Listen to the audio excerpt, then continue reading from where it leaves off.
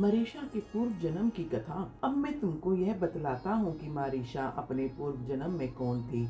इसके जानने से तुम प्रजा वृद्धि करने के उद्देश्य से सफल होगे। मरीषा अपने पूर्व जन्म में एक महारानी थी। पुत्रहीन अवस्था में ही इसके पति का देहांत हो गया था। अतः अपनी भक्ति भाव से उसने भगवान विष्णु को प्रसन्न किया और विष्णु भगवान प्रकट होकर बोले, शुभे, मैं तुमसे बहुत संतुष्ट हूँ, वर मांगो। तब उसने अपने मन की अभिलाषा इस प्रकार कही, हे भगवान, मैं बाल विधवा हूँ, मेरा जन्म व्यर्थ है। मैं इतनी अभागन हूँ कि पुत्रहीन उत्पन्न हुई, इसलिए आपकी दया से हर जन्म में मेरे बड़े सराहनीय पति हों और ब्रह्मा जी के सुदृश्य पुत्र हों, तथा आपके प्रसाद से मैं भी कुल, शील, अवस्था, सत्य, कार्य, कुशलता, अति संवादिता, शीघ्रकारिता, कृतज्ञता, वृद्ध सेवा और सत्व आदि गुणों से और दिव्य रूप संपत्ति से संपन्न तथा सर्वप्रिय तथा माँ के गर्भ से जन्म लिए बिना ही उत्पन्न हों।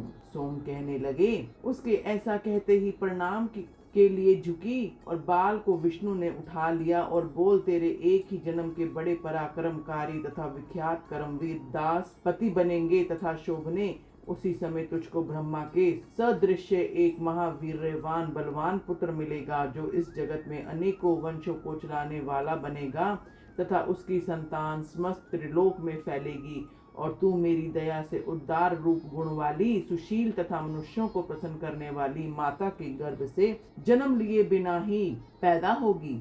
हे राजकुमार, उसको ऐसा वरदान देकर विष्णु भगवान अंतर ध्यान हो गए और वहीं यह मरीषा के स्वरूप में पैदा हुई, उसकी तुम्हारी भार्या है। बोलो ओम श्री विष्णु प्रियाय नमः। मरीषा से प्रचेताओं का विवाह। श्री पराशर जी कहने लगे, तब सोमदेव के कहने पर प्रचेताओं ने अपने क्रोध को शांत किया तथा उस मरीषा को वृक्षों द्वारा भार्या रूप में स्वीकार किया। उन 10 प्रचेताओं द्वारा मरीषा के गर्भ में महभाग प्रजापति दक्ष का जन्म हुआ। पहले ब्रह्मा जी द्वारा पैदा हुए थे।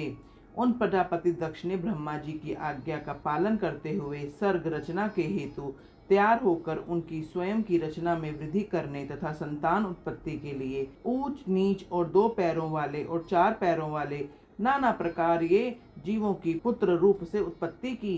प्रजापति दक्ष ने पहले मन से ही सृष्टि करने के पश्चात स्त्रियों को उत्पन्न किया। उनमें से 10 धर्म को तथा 13 कश्यप को मिली। 27 स्त्रियां चंद्रमा के साथ ब्याह दी गई। उन्हीं के द्वारा देवता, दैत्य, गो, पक्षी, गंधर्व, अप्सरा, नाग तथा दानव आदि की उत्पत्ति हुई। हे मैत्रेय, दक्ष काल से ही प्रजा का मैथुन अर्थात स्त्री पुरुष संबंध द्वारा उत्पन्न होना आरंभ हुआ। इससे पूर्व अति तपस्वी प्राचीन सिद्ध पुरुषों के तपोबल द्वारा उनके संकल्प दर्शन या स्पर्श मात्र से ही प्रजा की उत्पत्ति हुआ करती थी। श्री मैत्रेय जी कहने लगे, हे मुनीश्वर, मैंने तो ऐसा सुन रखा था कि दक्ष का जन्म ब्रह्मा जी के दाएं अंगूठे में से हुआ था। फिर वे किस प्रकार से प्रचेताओं के पुत्र बने? सोमदेव के देवते होकर भी वे उसके शवसोर कैसे हुए, सो मुझे समझाइए। श्री पराशर जी कहने लगे, हे मैत्रेय, प्राणियों की उत्पत्ति तथा नाश लगातार हुआ करते हैं। इस विषय में ऋषियों और अन्य दिव्य दृष्टि प्राप्त पुरुषों को किसी भी प्रकार का मोह नहीं हुआ करता। हे मुनि श्रेष्ठ, ये दक्ष आदि युग युग में होते रहते हैं और अंत में लीन हो जाया करते हैं। इसमें विद्ध जनों को किसी प्रकार की शंका नहीं होती। हे विप्र, पहले इनमें किसी तरह की छुटाई या बड़ाई भी नहीं होती थी। उस समय तपस्या तथा प्रभाव ही उनकी ज्येष्ठता का कारण हुआ करता था।